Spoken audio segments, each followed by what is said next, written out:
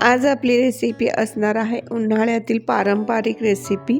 ती आहे ज्वारीची आंबील। शरीराला गारवा देण्यासाठी आपण बरेच पदार्थ खातो, आईस्क्रीम, ज्यूस, कोल्ड्रिंक, आणि त्याऐवजी जर आपण असे पारंपरिक पदार्थ का खाऊ नयेत, का पिऊ नयेत, कारण त्याच्यामुळे आपल्या शरीराला झाला तर चांगला लाभच होत असतो। पौष्टिक पण तितकेच असतात आणि हे रुचकर पण तितकेच लागतात। आणि ही आंबील जशी पौष्टिक म्हणून आहे तर तशी काही ठिकाणी प्रसादासाठी सुद्धा केली जाते आणि शुभ कार्यात आमच्याकडे तर ही आवर्जून आंबील नक्की बनवली जाते।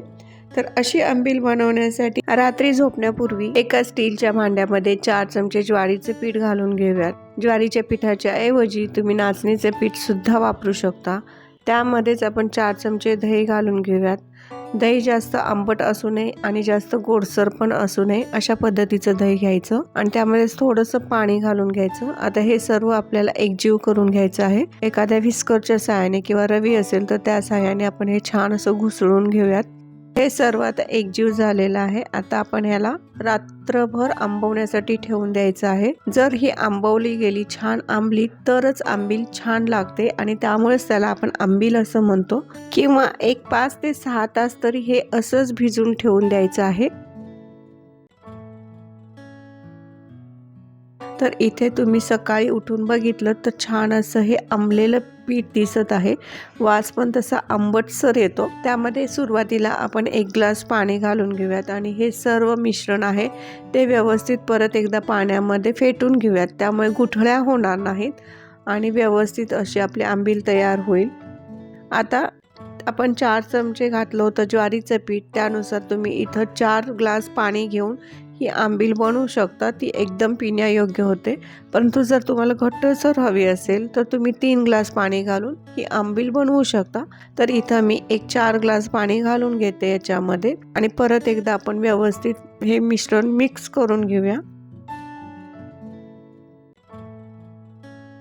प्रत्येक भागामध्ये आंबील बनवण्याची वेगवेगळी पद्धत आहे, परंतु मी जशी बनवते, आमच्या घरी जशी बनवतात तशी मी तुम्हाला इथे दाखवली। चवीला अतिशय रुचकर लागते। पोटभरीचा हा मेनू आहे। उन्हाळ्यामध्ये सहसा आपण जेवण जास्त जात नाही, तर अशा वेळेला ही आंबील करून मस्त मटक्यामध्ये भरून ठेवली की दिवसभर ही आंबील पिऊ शकतो। आता हे घुसळून झाल्यानंतर आपण परत गॅसवर ठेवायचं आणि ह्याला एक उकळी येऊ द्यायची आहे। परंतु उकळी येऊ देईपर्यंत ह्याला सतत ढवळत राहावं लागतं, नाहीतर मग हे मिश्रण यातील जे पीठ आहे ते तळाला बसतं आणि मग करपू शकतं। तर अशा वेळेला हे जरा सतत ढवळत त्याला एक उकळी आणू द्यायची। आंबीलला छान अशी उकळी यायला लागली की परत ह्याला वतू जाऊ नये म्हणून परत ढवळून घ्यायचं।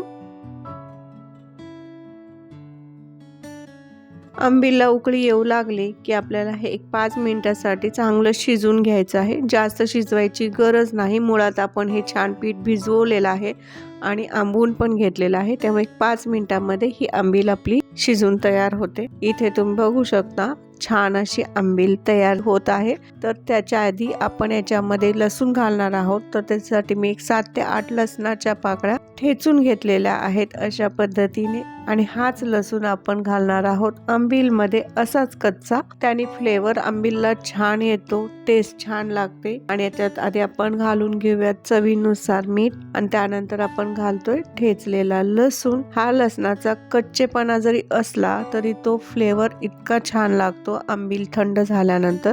ही आंबील मस्त थंड होऊ द्यायची। सकाळी आंबील उठल्या उठल्या बनवून ठेवली की आपण ही दुपारी जेवणाला किंवा उन्हाच्या टायमिंग मध्ये थंडगार मटक्यामध्ये ठेवून किंवा फ्रीजमध्ये ठेवून ह्याला पिऊ शकतो। तयार झाली मस्त अशी पारंपरिक आपली आंबील रेसिपी।